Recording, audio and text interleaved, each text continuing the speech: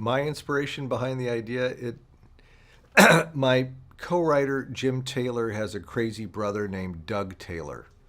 Doug Taylor doesn't work in movies, but he has nutty ideas.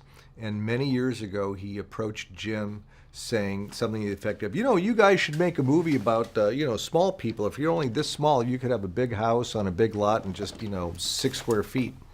And maybe there would be some conflict between big and small, I don't know. And he and Jim kind of riffed on that for a while. But and Jim talked to me about it, but I had no idea what to do with it until years later.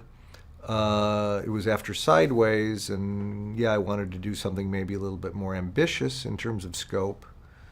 And I remembered that idea, and I thought, well, how really would that happen? And I thought, well, probably as a solution to overpopulation and climate change. And probably Scandinavian scientists would think of it and achieve it.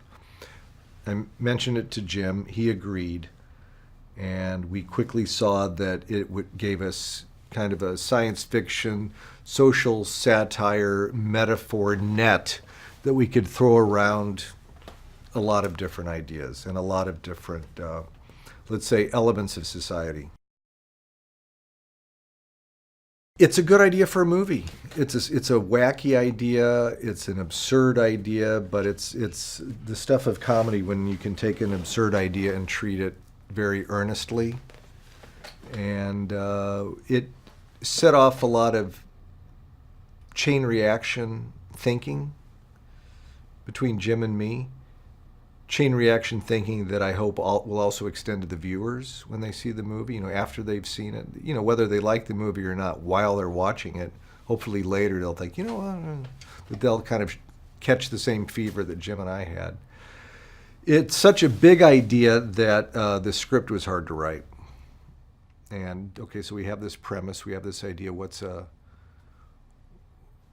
a story that we can use, and who's a protagonist who can serve as a vehicle, let's say, for this idea, and who can guide us through a world in which this idea is really happening.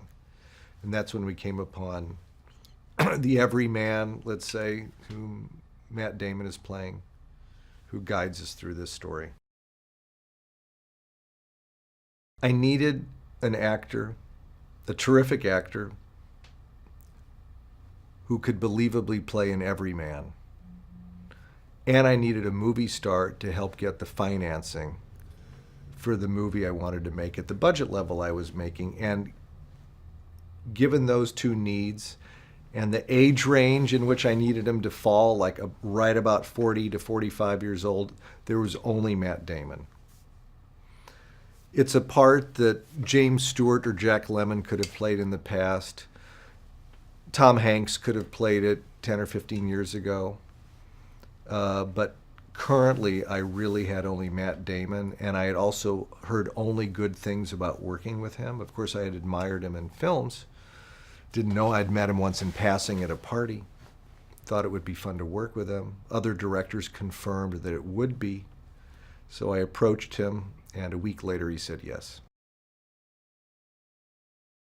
Part of the humor for me personally comes in treating this stupid, ridiculous, broad idea very, very earnestly.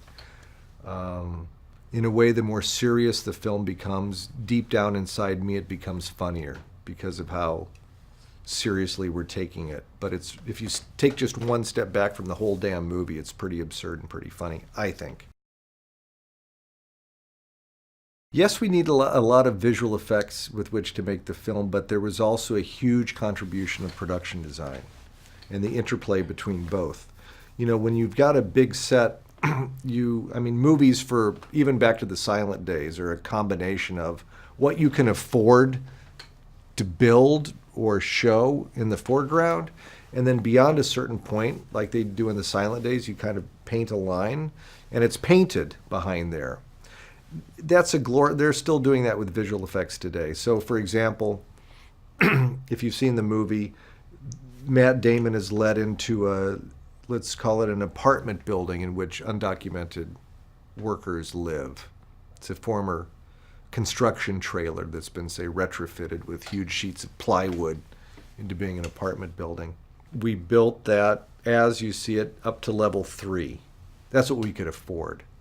Then levels 4 to 11, I think it was, is what they call digital extension. However, it doesn't mean that all of it is CG. There are people walking along those upper corridors. They're all photographed because I wanted photographic reality, what they call photoreality. I didn't, as little as possible did I want this thing to look like a CG movie. So even though it's all placed in there digitally, we actually painstakingly shot extras walking and hanging laundry and those things to plug them into those upper levels.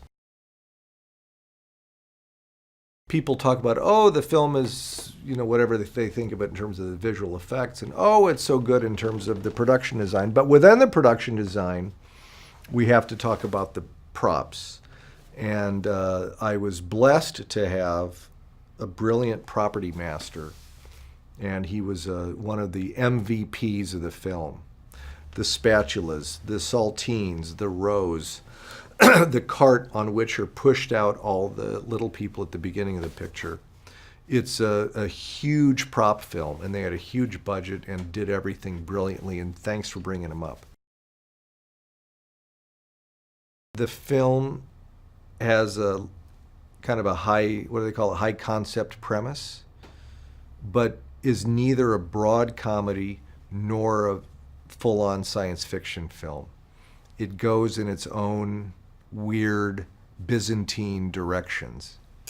And I think that's what's maybe surprising about the structure of the film. Some people really dig it, that it's got this episodic structure with some hairpin narrative turns. But that's what Jim and I thought made it kind of fun and special, was that it has one protagonist leading us through a series of episodes that are important to him as a character, and then also important to kind of the larger story we're telling.